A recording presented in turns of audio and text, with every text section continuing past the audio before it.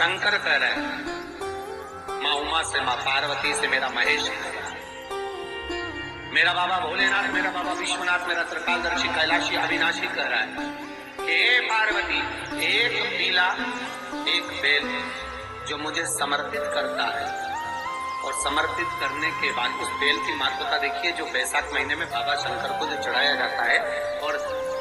1000 अश्वमेध यज्ञ का पुण्य फल हम प्राप्त कर लेते, मात्र फल चढ़ाते, मात्र फल चढ़ाते। हे पार्वती,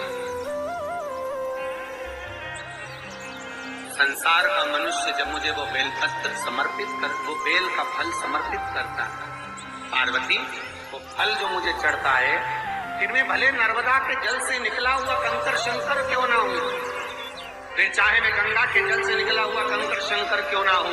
चाहे फिर मैं यमुना के जल से निकला हुआ कंकर शंकर क्यों ना हूं, चाहे मैं सरयू के जल से निकला हुआ कंकर शंकर क्यों ना हूं, चाहे मंदाकिनी के जल से निकला हुआ कंकर शंकर क्यों ना हूं, हे पार्वती, फिर जो भी शिवलिंग पर वो बेल समर्पित होता है, वो बेल उठाकर जीवन अपने कार्य में ले सकता है। ये माँ उमा से कर, तो उस बेल की महत्वता जानेंगे। अब अपन उस बेल को जानने के लिए वापिस स्कंद पुराण में चले, तो स्कंद पुराण में लिखा हुआ है कि जो बेल बैसाख के महीने में शंकर को चढ़ाया जाता है, वो बेल का फल उठाकर रख लिया है। बैसाख के महीने में उस चढ़े हुए, बाकी का आपको बेल का फल खाना हो तो बात दूसरी, पर चढ़ा हुआ जो बेल का फल है वो पूरा बैसाख नहीं खाना। बैसाख के बाद में अगला जो महीना आए, उस महीने के अंदर उस फल के अंदर का गुर्दा निकालकर उसको सुखा लीजिए, और सुखा कर जिस व्यक्ति को पथरी की बीमारी हो और जिस व्यक्ति को पेट में बहुत भोजन पचता ही नहीं है,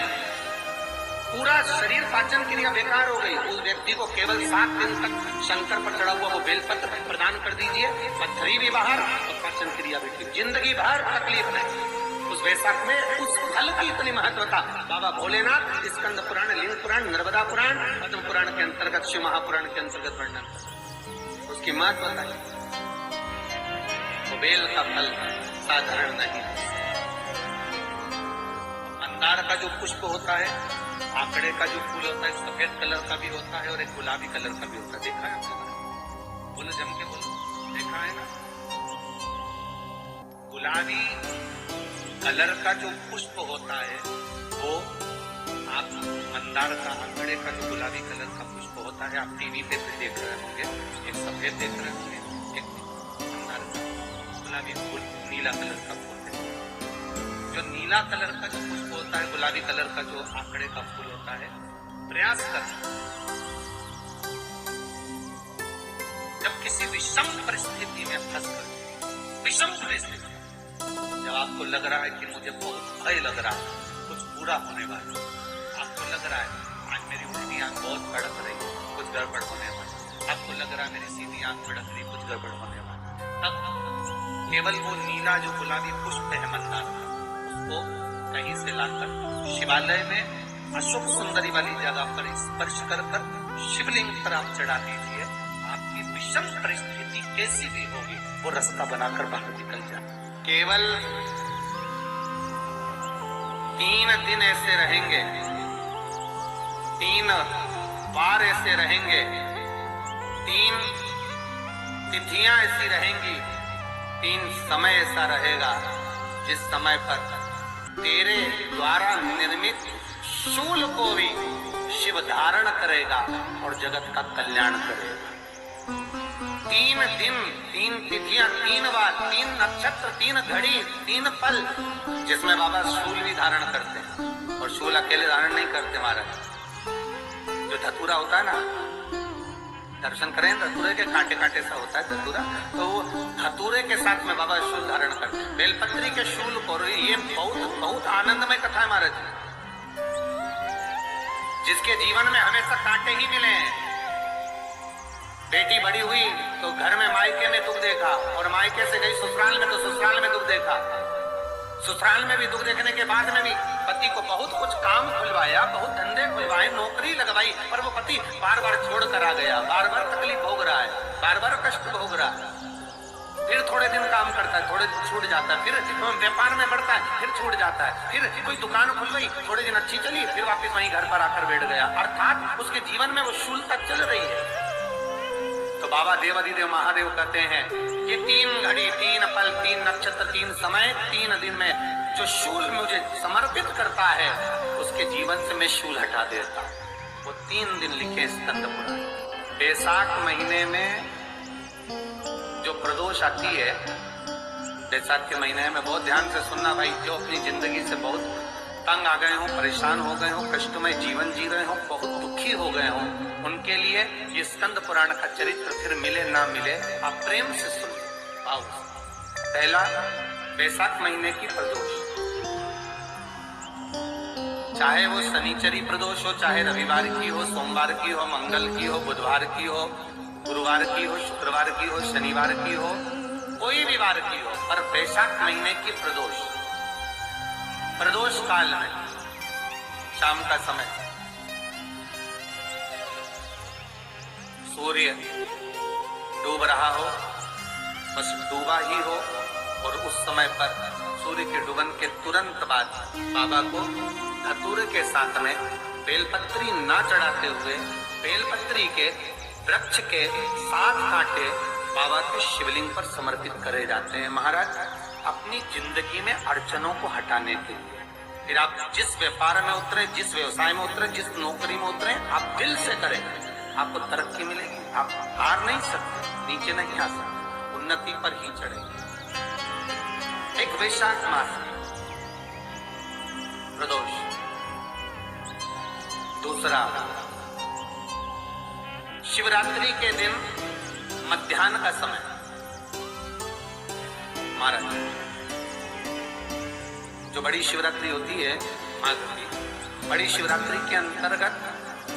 मध्याह्न का समय, दोपहर के ठीक 12 बजे,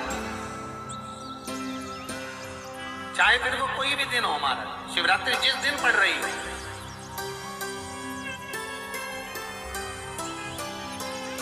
उस दिन भी धतूरे के साथ बाबा को 7 कांटे बेलपत्री के वृक्ष के समर्पित होते हैं। इसमें आप ये वाले जो कांटे हैं जो शिवरात्रि के दोपहर 12 बजे वाले हैं, अगर कोई मदिरा पीने वाला हो, व्यसन में डूबने वाला हो, कोई जुआ खेलने वाला हो, कोई गलत वैश्यावृत्ति करने वाला, या अपने मार्ग से विचलित कोई व्यक्ति है, उसके लिए भी ये कांटे बहुत काम आते हैं। दूसरा, पार्वती, तेरे द्वारा तेरे नयन अश्रु से जो प्रगटा हुआ बेल का वृक्ष है, तो 30 शूल मैं वहां धारण कर।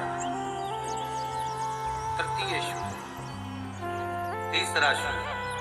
जो वर्णन करा गया महाराज, भगवान श्रावण के महीने में